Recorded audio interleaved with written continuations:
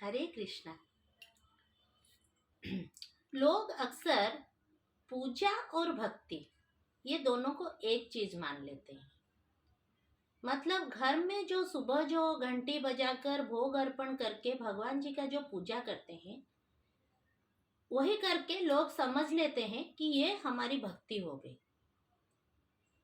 सुबह शाम जो शाम के दिया बाती करते हैं और सुबह पूजा करते हैं, लेकिन जो पूजा है वह भक्ति का एक अंश है।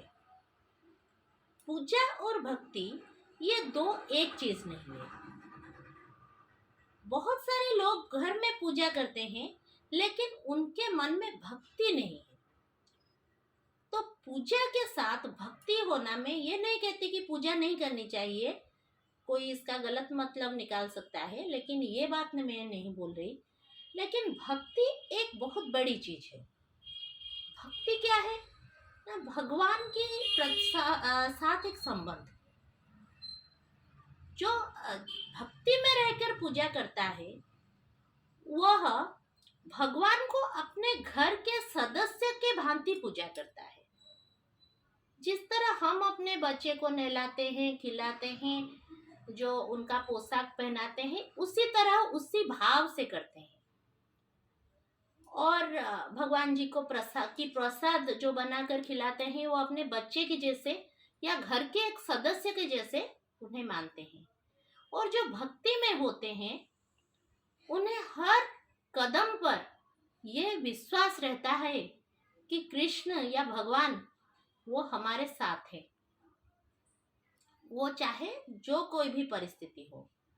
तो आपसे यह निवेदन है कि आप अपने जो पूजा करते हैं उसमें थोड़ा परिवर्तन कीजिए। भाव का डिवोशन जो है उसमें इमोशन होना चाहिए।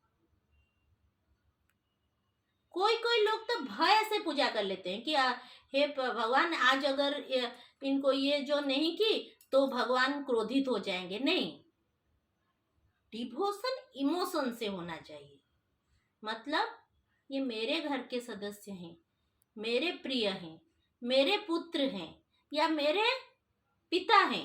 जो भी आप भगवान के साथ जिस समय तक आप एक संबंध में नहीं होंगे तो आपकी वो जो भक्ति नहीं आएगी।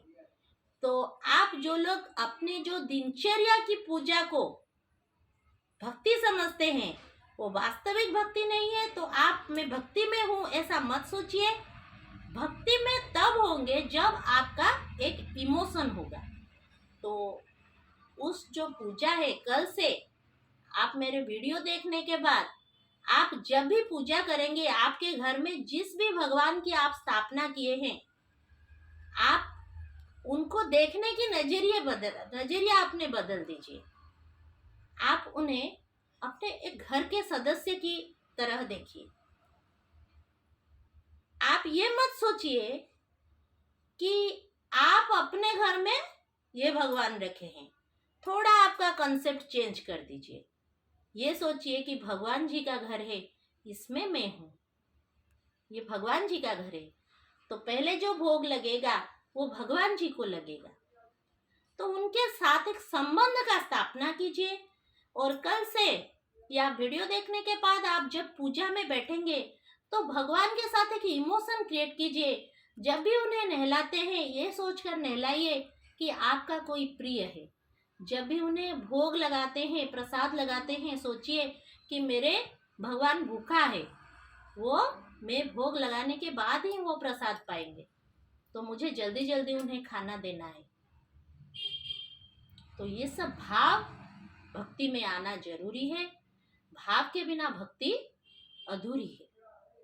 तो आपसे ये निवेदन है कि आप खुद को भक्ति में लाइए। आप फिर देखेंगे आपका जीवन कैसे आनंद से व्यतीत होता है, क्योंकि आपका डोर उनके हाथों में होगा। वो भाव के प्रिय हैं। भगवान जो हैं वो भाव के प्रिय हैं।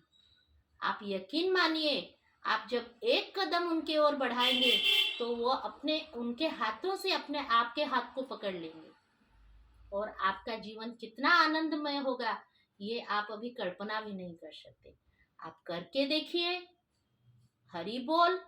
मेरे अगले वीडियो में भक्ति के बारे में ज़्यादा बात करेंगे। तब तक के लिए सबको हरि बोल। हरे कृष्णा।